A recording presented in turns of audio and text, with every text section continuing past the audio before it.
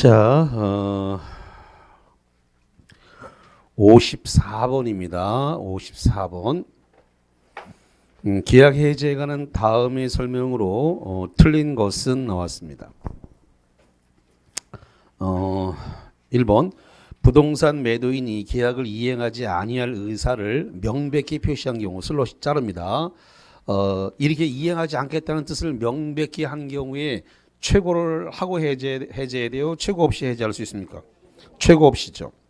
매수인은 수익과 이전 등기 이행일까지 기다릴 필요 없이 매매 계약을 해제할 수 있다. 맞아요. 최고 없이 계약을 해제할 수 있어요. 1번 맞고 2번. 채무자의 책임 있는 사유로 책임 있는 사유 박스. 채무가 이행불능됐다. 이행불능 박스. 이행불능으로 된 경우에 채권자는 최고 없이도 계약 해제할 수 있습니다. 맞습니다. 이행불능이 되면 최고 없이 해제가 가능합니다.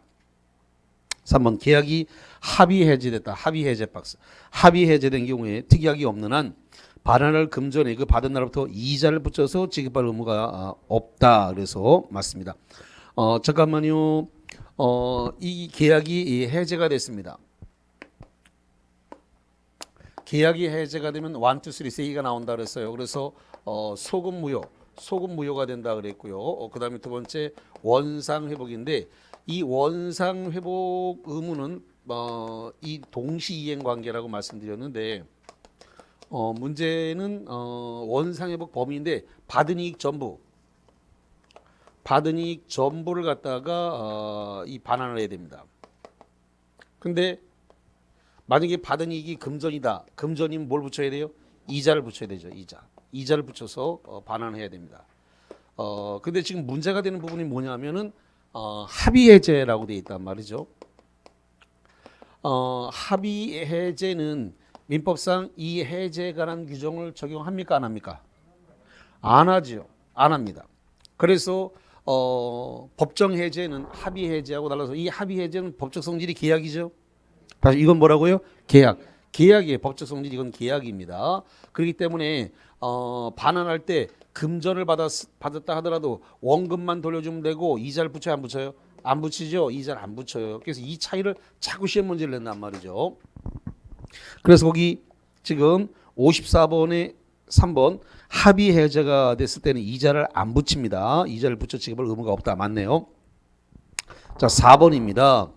소재기로서 계약 해제권을 행사한 후 그 뒤에 소송을 취하였다가 그러니까 계약 해제를 하고 난다 계약을 해제하고 난 뒤 소송을 취하였다 하더라도 소재기해가지고 계약을 해제했는데 소송을 취하였다 하더라도 해제권은 형성권이기 때문에 그 행사의 효력에는 아무런 영향을 미치지 않는다. 자, 아무런 영향을 미치지 않는다는 말이 가리키는 의미는 뭡니까?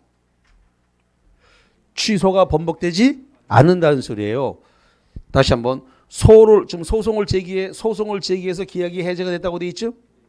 소송이 제기돼서 계약이 해제가 됐다가 소송을 취하했다고요. 소송을 취하하게 되면 해제도 취하가 되느냐는 겁니다. 해제가 소송이 취하됐다 그래서 계약 해제가 취소된다 안 된다? 취소되지 않는다는 거예요. 그게 아무런 영향을 미치지 않는다는 뜻입니다. 소를 제기해서 계약을 해제를 했는데 그 중간에 소를 취하했습니다. 근데 소가 제기된 바람에 계약이 해제가 됐죠? 근데 소송이 취하가 됐으면 이 소송이 취하된 바람에 계약 해제한 것도 다시 취소가 되느냐는 겁니다. 취소되지 않는다. 영향을 미치지 않는다 그랬으니까 소송이 취하되더라도 계약 해제는 번복할 수 없다. 왜? 형성권이니까 효력이 발생을 해버렸단 말이죠. 번복되지 않는다 이 소리예요. 그래서 영향을 미치지 않는다 그랬으니까 계약 해제의 효력은 번복되지 않는다는 소리예요. 맞습니다. 5번째. 계약 해제 후 말소 등기 전에 양립할 수 없는 새로운 이해관계를 맺은 제3자 박스 선의하기를 불문하고 해제에 의해서 영향을 받지 않는다. 영향을 받지 않는 3자는 누구만? 선의만 영향을 안 받고 악의는 받아. 그래서 선의는 소유권을 그대로 취득하고 악의는 등기를 말소시킬 수 있다 없다? 있다. 선의는 말소를 못 시키니까 영향을 안 받아서 소유권을 그대로 취득하고 악의는 말소가 되니까 영향을 받아서 소유권 취득 못한다. 이렇게 되는 겁니다. 자, 55번 풀어보시죠. 시간은 30초 갑니다. 자, 봅니다. 55번. 해제에 관한 다음 설명 중 옳은 것을 모두 골라라. 기억. 정기행위의 이행지체의 경우 계약은 자동적으로 해제된다. 정기행위에 대해서 이행지체가 있다. 이행지체가 있다 하더라도 자동으로 해제가 되지는 않죠. 최고 없이 뭘 할 수 있어요? 해제의 의사표시를 해야 되죠. 해제의 의사표시를 해제가 되지 자동으로 해제가 되지는 않아요. 그래서 기억반 틀렸습니다. 정기행위가 뭐예요? 정기행위는 시간이나 기간이 정해져 있는 것이죠. 예, 시간, 기간 정해져 있는 게 정기행위입니다. 이게 이행지체. 자, 예를 들어 가지고 대구공항에다가 꽃배달을 갖다가 11시 15분까지 해라라고 했는데 왜냐면 이제 11시 35분 돼 가지고 이제 공항 게이트하러 들어갈 거니까 15분에 와서 환송 행사를 해야 되니까 15분까지는 꽃배달을 하라 그랬습니다. 근데 들고 안 와 가지고 30분이 넘어 가지고 이미 저 출발장 안으로 움직이고 있어요. 그러면 빨리 이제 빨리 해죠. 왜? 계약을 갖다가 최고 없이 계약을 해제를 해야죠. 그래야 꽃이 안 올 테니까.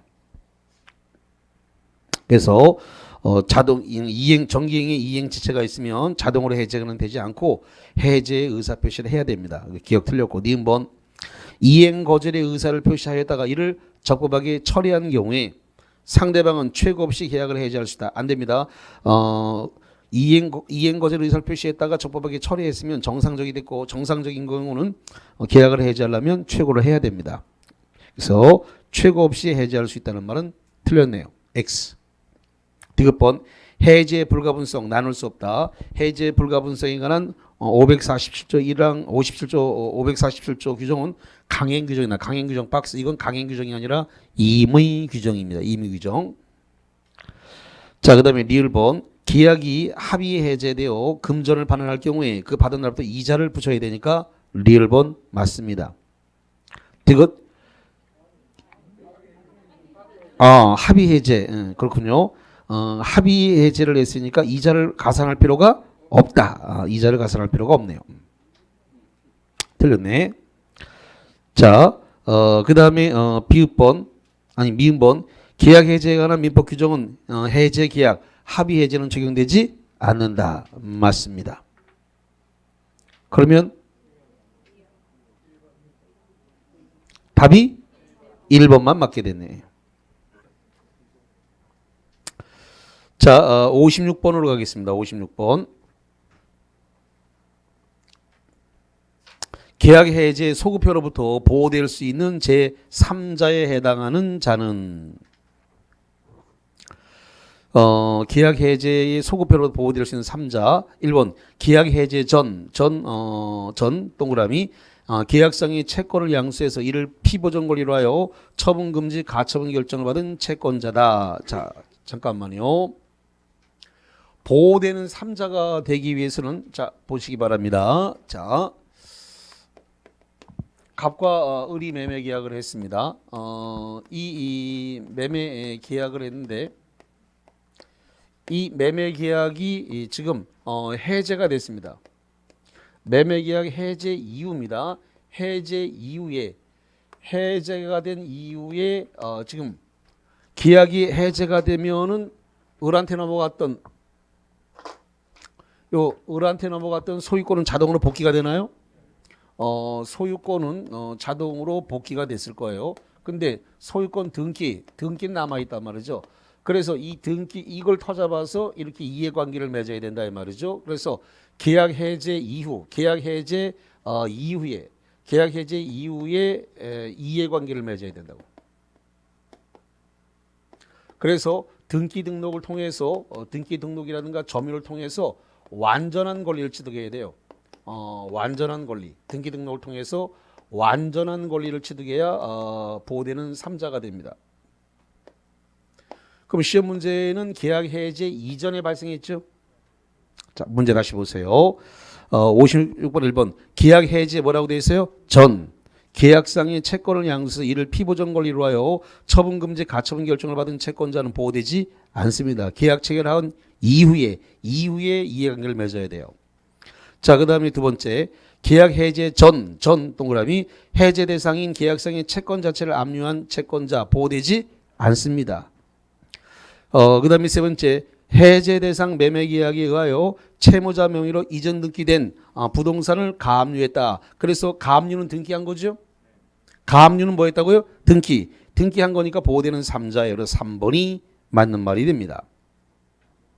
4번 주택의 임대 권한을 부여받은 매수인으로부터 매매 계약이 해제되기 전에 주택을 임차한 후 대항 요건을 갖춰야 되는데 갖추지 않았어요. 갖추지 않은 임차인은 보호되는 3자가 아니다. 5번째 해제 대상 매매 계약의 매수인으로부터 목적 부동산을 증여받은 후 증여 좋았습니다. 근데 등기를 안 했다는 겁니다. 증여를 받아서 등기를 해야 되는데 이 수증자가 아직 등기를 안 했으니까 증여의 효력이 발생했어요, 안 했어요? 안 했습니다. 그러니까 보호되는 3자가 아닙니다. 아직 등기를 안 마쳤기 때문에. 자, 그 다음에 57번입니다. 57번 시간 30초 드립니다. 한번 해보시죠.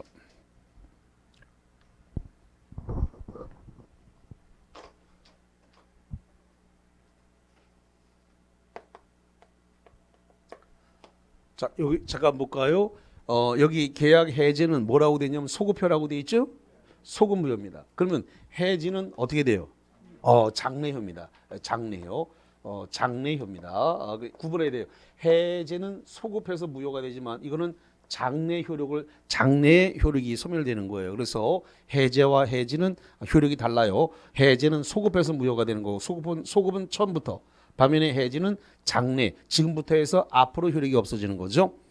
자, 1번 57번 당사자의 일방 또는 쌍방이 수인 여러 명인 경우에 계약의 해지는 당사자 중 1인만 하면 된다. 1인만 하면 안 되고 뭐 어떻게 돼요? 전원으로부터 전원에게 모두에게 해야 됩니다. 전원으로부터 전원에게 몽땅 다 해야 됩니다. 그래서 1인에게 하면 효력이 없습니다.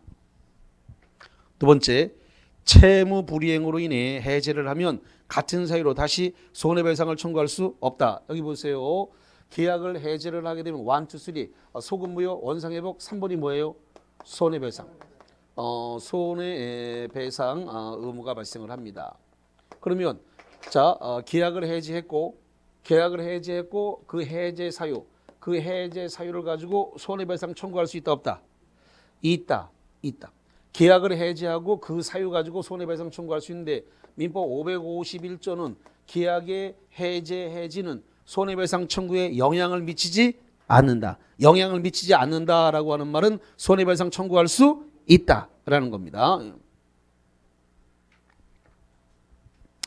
자, 그래서 거기 57번 2번 채무 불이행으로 인해 계약을 해지하면 같은 사유로 다시 채무 불이행을 들어가지고 손해배상 청구할 수 있다 없다? 있다.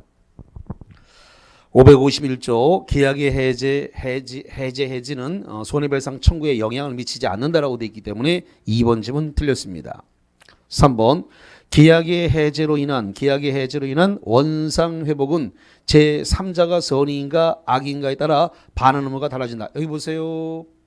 원상 회복 의무는 선악을 따져요, 안 따져요? 안 따져요. 선악 불문하고 반환 범위가 같다요, 같다. 선악 불문하고 반환받는 범위, 반환의 범위가 동일해요. 선의 악에 따라서 반환 범위가 달라지는 것은 무엇이라고 부릅니까? 선의 악에 따라서 반환 범위가 달라지는 것을 무엇이라 부른다? 부당이득 반환이라 그래. 그거는 뭐라 부른다고요? 부당이득 반환. 부당이득 반환은 선의는 현존 이익만 반환하면 되고 악의는 받은 이익 전부에다가 이자 붙이고 손해배상까지 해줘야 돼. 근데 원상회복은 여기 받은 이익 선악 불문하니까 선이냐 악이냐 따질 필요 없이 받은 이익 전부를 선의도 받은 이익 전부, 악의도 받은 이익 전부 돌려줘야 돼요. 그런데 부당이득 반환은 선의 악에 따라서 반환 범위가 같다 다르다? 다르다. 그러면 어떤 경우에 부당이득 반환을 적용해요? 계약이 무효 취소가 되면 부당이득 반환이고 계약이 해제가 되면은 원상회복으로서 선악 불문하고 반환 범위가 같다. 이거 한두 번 한 게 아닌데 부당이득 반환하고 이 원상회복을 양쪽에다 비교해 놓고 계속 써드렸는데 오늘 처음 한 말이 아닌데 들은 기억은 나죠?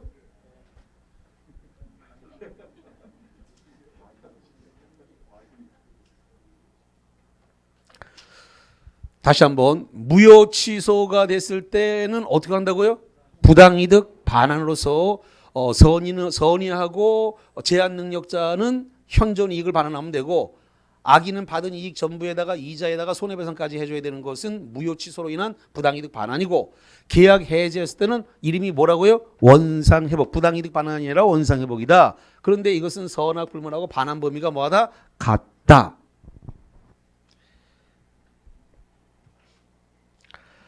자, 그래서 57번에 3번 계약 해지로 인해서 원상회복은 제3자가 선의인가 악인가에 따라 반환 의무가 달라진다. 땡. 원상회복이 아니고 이건 뭐라 그런다고요? 부당이득 반환일 때 이렇게 되는 거고 원상회복은 선악 불문하고 반환 범위가 동일하다. 자, 네 번째 해지로 인해 계약은 소급적으로 효력을 한다. 여기 보면 해지는 소급이 아니라 뭐라고요? 장래효죠. 장래효. 5번 기간의 약정이 없는 임대차의 당사자가 해지를 통고하면 일정한 기간이 지난 후에 비로소 효력이 생긴다. 임대차에서 계약을 지금 기간이 정함이 없어요. 기간에 정함이 없으면 해지 통고를 하게 되면 얼마가 지나야 해지가 되죠? 6.15 남북공동성명이 적용되는 거예요. 임대인이 해지 통고를 하면 얼마가 지나야 돼요? 6개월. 그 다음에 임차인이 해지 통고를 하면 1월. 동사는 5일. 6.15 남북공동성명이 적용되는 거예요.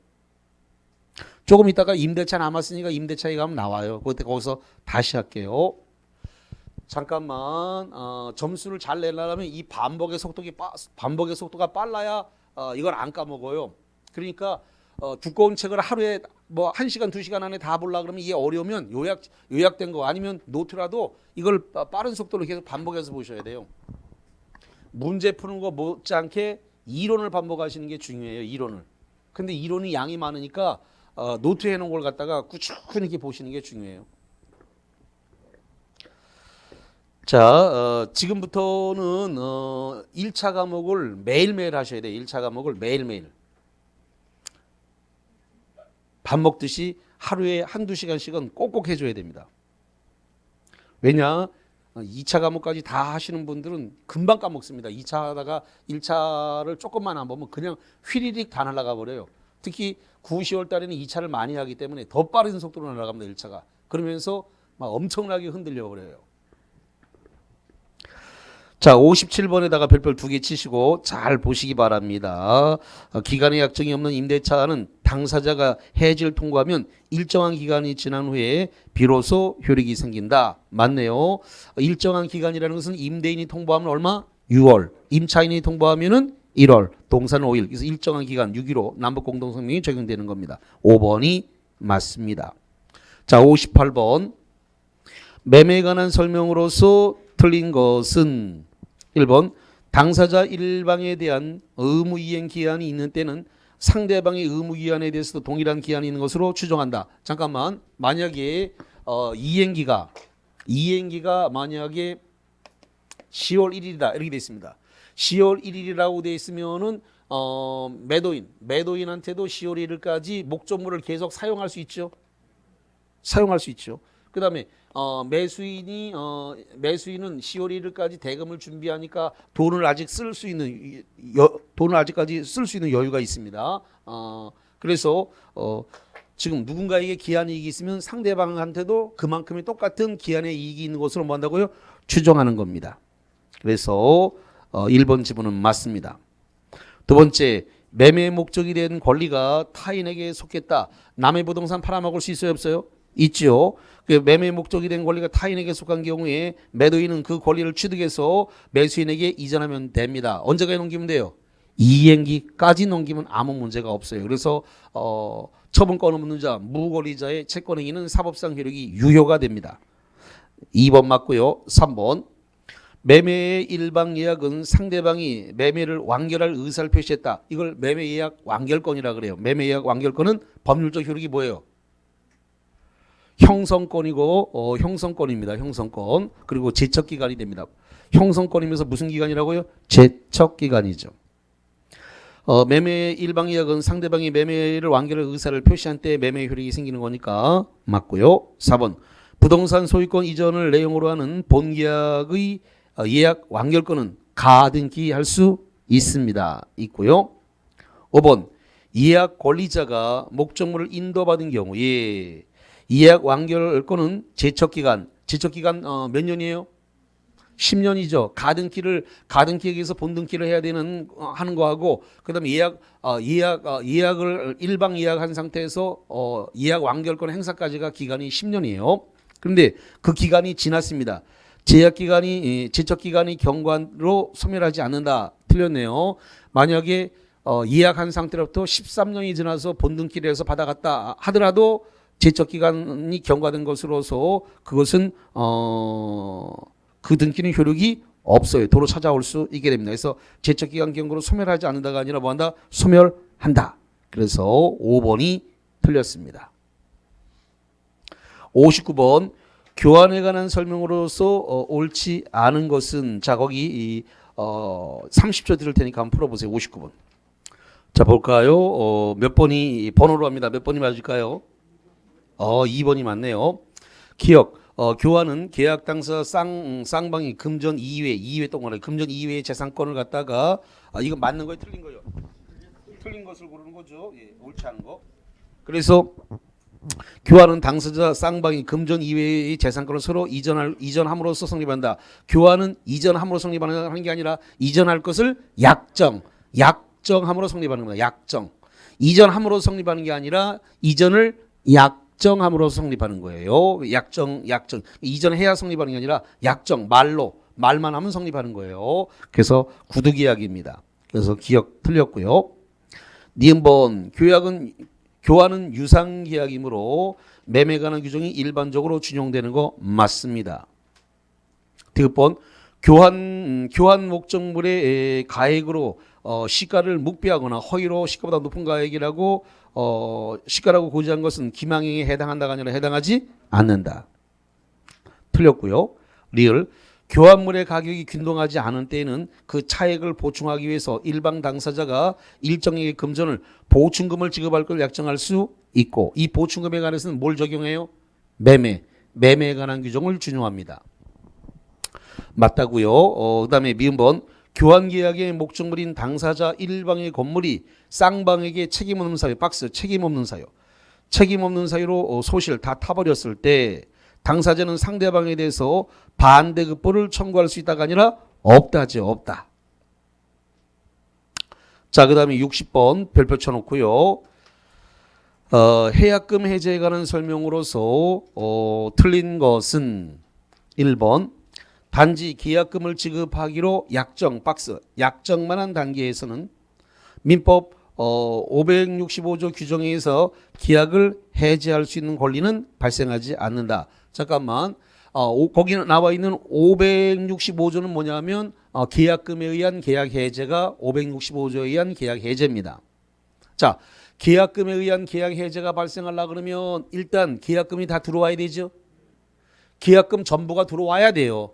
근데 지금 약정 말로만 해놓고서는 돈이 들어왔다 안 들어왔다? 안 들어왔다. 그럼 해지할 수 있어요 없어요? 없죠. 돈이 안 들어왔으니까. 그러니까 결론적으로 계약금 계약 자체가 성립하지 않았기 때문에 돈이 안 들어왔으니까 계약금 계약 자체가 성립을 안 했어요. 성립 안 했으니까 해지할 수가 없어요. 그래서 해지를 할 수 있는 권리는 발생하지 않는다. 맞네요. 계약금 계약 자체가 성립되지 않았다. 두 번째, 위약금 특약을 한 경우에 원칙적으로 계약금은 해약금과 손해배상액의 예정액의 성질을 갖는다. 두 개를 다 가져요. 그래서 위약금의 성격과 해약금의 성격 두 개를 다 겸하게 돼 있습니다. 그래서 2번 질문 맞습니다. 위약금 특약을 했다 그래서 위약금의 성질만 있는 게 아니라 당연히 뭐도 가지고 있다고요? 해약금으로서의 성격도 양수 겸장이 그냥 그것도 같이 가지고 있는 거예요. 예. 맞습니다. 2번. 3번. 이행의 착수란 채무 이행 행위의 일부를 이행하거나 슬러시자입니다. 일부를 이행했다. 일부 이행에도 이행한 겁니다. 또는 이행에 필요한 전제행위 전제 행위를 하는 것을 말한다. 5입니다. 이 전제 행위에 대해서 자, 어떻게 하는 게 전제 행위라 그랬어요? 나 잔금 준비됐으니까 등기소에 가자라고 등기소에 동행할 걸 요구하는 것을 뭐라 한다고요? 전제 행위라 그래요. 그럼 이걸 뭐로 본다? 이행의 착수다. 이행의 착수. 전제 행위, 이행의 착수. 자, 네 번째. 계약금이 일부만 지급된 경우에 매도인은 지급받은 금액의 100을 상환을 하고 매매 계약을 해지할 수 있다. 3천만 원이 계약금인데 1천만 원이 계약금으로 계약금의 일부인 1천만 원만 들어왔습니다. 매도인이 1천만 원의 두 배인 2천만 원 물어주고 계약 해지할 수 있다 없다? 없다. 3천만 원의 계약이면 얼마나 물어줘야 돼요? 6천만 원을 물어줘야 계약을 해지할 수 있습니다. 그래서 일부 들어왔으면 일부의 두 배를 물어주고 계약 해지는 안 되죠. 4번 틀렸습니다. 5번 토지거래 허가구역에서 매수인이 매도인의 토지거래 허가 협력 의무를 구하는 소송을 제기하여 1심에서 승소 판결을 받은 것은 이행의 착수라고 하였다고 할 수 없다. 그렇습니다. 이행의 착수는 뭐가 들어야 이행의 착수예요? 중도금이 지급돼야 이행의 착수지. 소송을 제기한 것은 촌놈 겁주나 왜 소송을 제기하고 지랄이야. 이렇게 되기 때문에 이행 착수 아닙니다. 이건. 자, 61번과 관련해 가지고 여러 선생님들 풀어보는 시간 30초입니다. 자, 봅니다. 해약금 민법 265조에 관한 설명에서 옳은 것은 번호로 합니다. 몇 번이 옳을까요? 1번이 옳습니다. 계약 당사자가 위규정상의 해약권을 배제하는 약정을 한 경우에 약정 유효하다. 계약법은 법보다 뭐가 우선한다 그랬어요? 특약이 우선하죠. 그러니까 계약법에 규정이 있다 하더라도 특약으로서 우리 계약금에 의한 계약 해제는 하지 말자라고 특약을 해서 이 해약금에 의한 계약 해제를 못하게 막을 수 있다 없다? 있다. 해약금에 의한 계약 해제를 못하게 특약으로 막을 수 있습니다. 그래서 이러한 계약은 유효합니다. 1번이 맞네요. 2번 매도인이 계약금의 배액을 상환하고 계약을 해제하려면 계약 해제 의사 표시를 하고 계약금의 배액을 지급해야 되고 상대방이 수령하지 않는 경우에 공탁까지 할 필요가 있다 없다? 없다. 3번 계약 당사자가 위 민법 규정에 따라 매매 계약을 해제하는 경우에 상대방에 대해서 원상 회복을 청구할 수 없으나 채무 불이행이련 손해배상 청구할 수 있다. 계약금에 의한 계약을 해제했다 하더라도 계약금에 의한 계약을 해제하였다 하더라도 손해배상 청구라든가 원상 회복 의무 있다 없다? 없다. 없어요. 원상 회복 의무 손해배상 의무 이거 없습니다. 해약금에 의한 계약 해제는 이행에 착수하지 않은 상태에서 한 것이기 때문에 원상회복 의무도 없고 손해배상 의무도 없습니다. 그래서 있다 그러면 틀려요. 네 번째 매도인이 매수인에게 매매계약의 해제를 최고하고 매매 잔대금의 지급을 구하는 소송을 제기한 것만으로도 이행에 착수한 것이다. 아닙니다. 이행에 착수는 중도금이 줘야 이행에 착수지.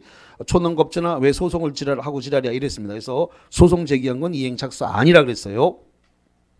자, 5번 토지거래 허가구역 내 토지에 관해서 매매계약을 체결하고 계약금만 주고받은 상태에서 토지거래 허가를 받았다면 매도인은 이제 더 이상 해약금 규정에 따라 해지할 수 없다. 그러니 틀렸습니다. 계약금만 받았다고 돼 있죠. 그럼 중도금 안 받은 거죠. 그럼 계약금에 의한 계약 해지할 수 있다 없다? 있다. 그래서 토지거래 허가든 소송이든 중도금이 들어왔냐 안 들어왔냐가 기준이지 소송을 했냐 토지거래 허가를 받았냐 이런 것은 해약금에 의한 해제에 영향을 미치지 않습니다. 자, 62번 환매입니다. 한번 풀어보세요. 시간 30초 드립니다. 62번 환매에 관한 설명으로 옳지 않은 거 번호로 해볼까요? 몇 번이 옳지 않을까요? 5번입니다. 5번. 자, 기억. 환매 특약은 매매계약과 동시에 해야 되고 동시 동그라미 이후에 환매권을 보류에 관한 했다면 이는 재매매 예약이 이루어진 것으로 볼 수 있다. 이 기본 강의 시간에도 여러 번 해드렸네요. 동시에 하지 않으면 뭐로 간다고요? 재매매 예약으로 간다. 이후에 환매 특약을 하면 이거는 재매매 예약이다. 기억 맞고요. 니은번 환매 기간은 부동산은 5년, 동산은 3년을 넘지 못하고 이 기간을 넘을 때는 이 약정은 무효다. 무효 아닌데 이거 잘못됐네요. 무효가 아니고요. 넘으면은 5년, 3년으로 단축됩니다. 무효다. 틀렸네요.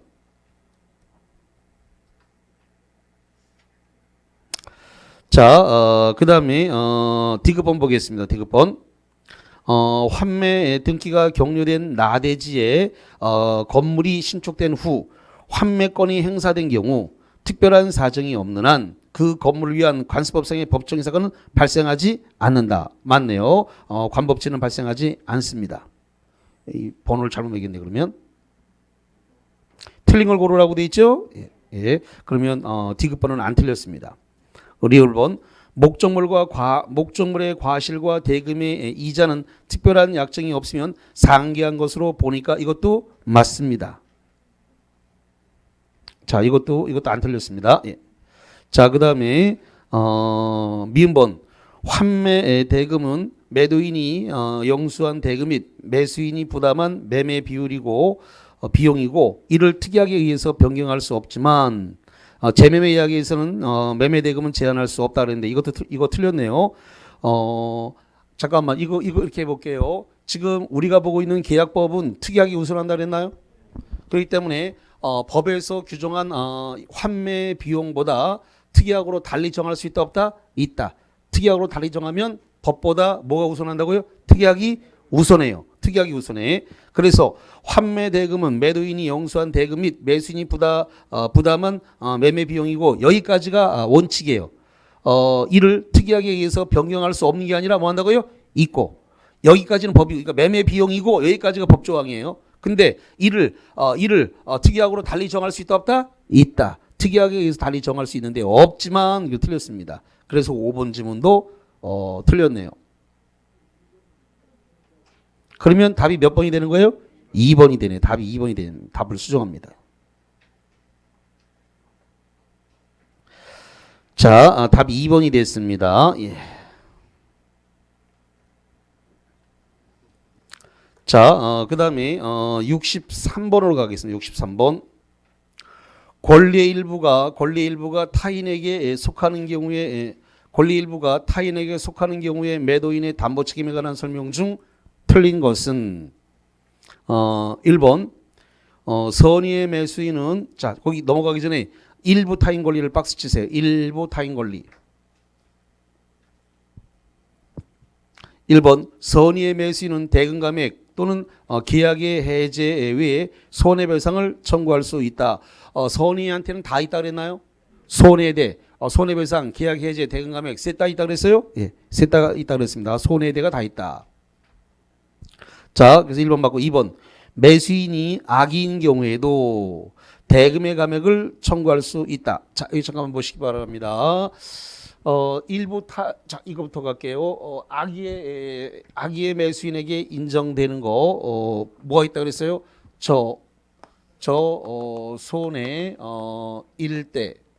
일대 뭐라 그랬어요? 전에 뭐 한다고요? 재수 없다. 재수 없다 그랬습니다. 그럼 현재 시험 문제가 낸 건 일부 타인 권리거든요. 그럼 일부 타인 권리 이거니까 뭐 할 수 있다고요? 악이라도 뭘 요구할 수 있다? 대금 감액을 요구할 수 있습니다. 악이라도. 그러니까 여기 2번에 매수인이 악인 경우에도 대금 감액을 청구할 수 있다 없다? 있다. 2번 이상 없네요. 3번 선의의 매수인의 대금 감액 청구권은 안날로부터 1년이다. 선의는 안날로부터 1년이지만 악인은 언제예요? 계약 체결일로부터 1년입니다. 자, 다시 합니다. 1년은 똑같은데 선의는 뭘로부터 1년이라고요? 안날로부터. 그러니까 하자가 있다라는 것을 발견한 날로부터 1년이지만 악인은 언제부터예요? 계약 체결일로부터 1년입니다. 그러니까 지금 3번은 선이라고 줬으니까 안날로부터 1년 맞네요. 4번 선의의 매도인은 매수인에게 손해를 배상하고 계약을 해지할 수 있다. 그런데 요 경우는 특칙인데 요거는 전부 타인 권리에서만 발생합니다. 일부 타인 권리에서는 발생 안 합니다. 어떤 경우가 발생한다고요? 전부 타인 권리. 거기 지금 63번은 일부 타인 권리라고 돼 있죠? 63번 문제를 보세요. 문제가 뭐라고 돼 있다고요? 일부 타인 권리. 그래서 62번에 4번에 선의의 매도인이 매수인에게 손해배상을 하고 계약을 해지할 수 있는 경우는 어떤 경우만? 전부 타인 권리였을 때 선의의 매도인이 매수인에게 손해배상을 하고 계약을 해지할 수 있는 특칙이 적용됩니다. 그래서 4번이 틀렸네요. 이게 일부 타인 권리이기 때문에 선의의 매도인이 매수인에게 손해배상을 계약 해지할 수 없습니다. 이건 전부 타인 권리에만 적용되는 거예요. 5번 매수인이 대금 감액 청구권은 일방적 의사표시만으로 감액의 효력이 발생한다. 형성권이기 때문에 일방적 의사표시만으로 효력이 발생하는 거 맞습니다. 자, 그 다음에 64번입니다. 자, 64번 풀어보세요. 시간 30초 드리겠습니다. 자, 보겠습니다. 64번. 매도인이 담보 책임에 관한 설명으로 틀린 것은 나왔습니다. 뭐가 틀렸을까요? 번호로 얘기해 봅니다. 5번이 틀렸습니다. 5번이. 자, 1번부터. 타인의 권리 매매에서 권리를 이전할 수 없게 된 매도인은 선의 매수인에 대해서 이행불능 당시에 시가를 표준으로 하여 계약이 이행된 것과 동일한 경제적이 거기 계약이 이행된 것과 동일한 거기를 박수 쳐보세요. 계약이 이행된 것과 동일한 경제이익을 배상할 의무까지는 없다 그랬는데 있죠. 자 잠깐만요. 이 배상이란 말은 손해배상을 의미하니까 민법상 손해배상은 어디까지 해줘야 돼요? 이행이익을 배상해줘야 될 거 아닙니까? 다시 한번 손해배상은 둘 중에 하나잖아요. 신뢰이익을 배상할 거냐 이행이익을 배상할 거냐 둘 중에 하나인데 민법 전체가 다 뭐로 돼 있다 그랬어요? 이행이익 배상이라고 돼 있고 한 군데에서만 신뢰이익이라고 돼 있잖아요. 어디서요? 계약 체결상의 과실 책임만 신뢰이익 배상이고 그 외에는 전부 다 이행이익이에요. 그러니까 거기 1번에 이행된 것과 동일한 경제적 계약이 이행된 것과 동일한 이익이니까 뭐예요? 이행이익이죠. 이행이익을 배상해야죠. 이행이익을 배상해야 되는데 거기까지는 의무가 없다고 틀렸잖아요. 그렇게 이행이익을 배상할 의무가 있다죠. 손해배상은 어디까지 해주라고요? 이행이익의 한도까지 배상을 해줘야죠. 자, 니은번 매매 목적물의 하자가 존재하는지 여부는 위험 이전 시를 판단한다. 자, 언제를 기준으로 판단하죠? 계약 체결 시 법률행위 성립 시를 기점으로 판단하는 거죠. 그래서 알았냐 몰랐냐 하자가 존재했는지 여부는 계약 체결 시점을 기점으로 판단하는 겁니다. 나중에 하는 거는 그런 안 게 아니에요. 그래서 계약서를 쓰는 그 시점에 알았냐 몰랐냐 법률행위 성립 시를 기점으로 판단하는 겁니다. 위험 이전 시를 기준으로 판단하는 거 아니고. 디귿번 전부 타인 권리 매매에서 매도인이 권리를 취득하여 매수인에게 이전할 수 없는 경우 슬롯이 자릅니다. 악의의 매수인은 계약 해제와 손해배상을 청구할 수 없다. 여기 보세요. 전부 타인 권리. 이 전부 타인 권리에 대해서 여기 계약을 뭐 한다고요? 해제. 계약을 해제. 전부 타인 권리에서 매수인에게 이전할 수 없는 경우 악의의 매수인은 계약 해제와 손해배상을 청구할 수 없다 그랬는데 계약을 해제할 수 있어요 없어요? 있잖아요. 그러니까 손해배상 청구는 안 되지만 계약 해제는 가능하니까 틀렸네요. 자, 그 다음에 리을본 담보권 실행으로 행해지는 토지 경매에 있어서 매수인은 건축허가의 제한의 하자에 대해서 담보 책임을 물을 수 있다가 아니라 없다. 경매에서는 어디까지만 책임져줘요? 자, 지금 경매에서는 권리에 대한 하자, 권리에 대한 하자에 대한 책임만 집니다. 이것만 책임을 지지 물건에 대한 하자, 물건에 대한 하자는 책임을 진다 안 진다? 안 진다.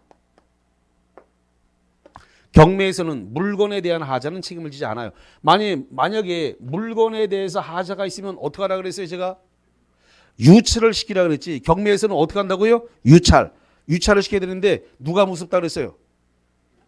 묻지마 경매가 무섭다고 내가 했는데 그래서 어떤 아줌마가 와가지고 안 와 내가 1등 해야 돼 그러면서 그냥 확 찔러버리면 그거 어쩔 수가 없어. 그 사람이 그냥 그 아줌마가 돈이 많은 모양이지 뭐 다 싸질머지고 가야지 뭐 자기가.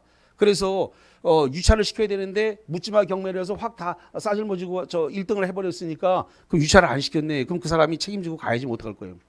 그러면 내가 토지를 샀는데 그 토지를 경락받았는데 그 토지가 공법상 제한을 받아가지고 건축허가가 안 나와요. 이거는 권리에 대한 하자예요? 물건에 대한 하자예요? 물건에 대한 하자지. 권리에 대한 잠깐만. 권리에 대한 하자라는 것은 소유권이라든가 뭐 이런 것들이 안 넘어와야 권리에 대한 하자죠. 부동산을 샀는데 소유권 이전이 안 돼요. 그럼 권리에 대한 하자예요. 근데 건축허가가 안 나와. 건축허가가 안 나오는 건 권리가 아니라 뭐라고요? 물건이에요. 물건의 하자예요. 예.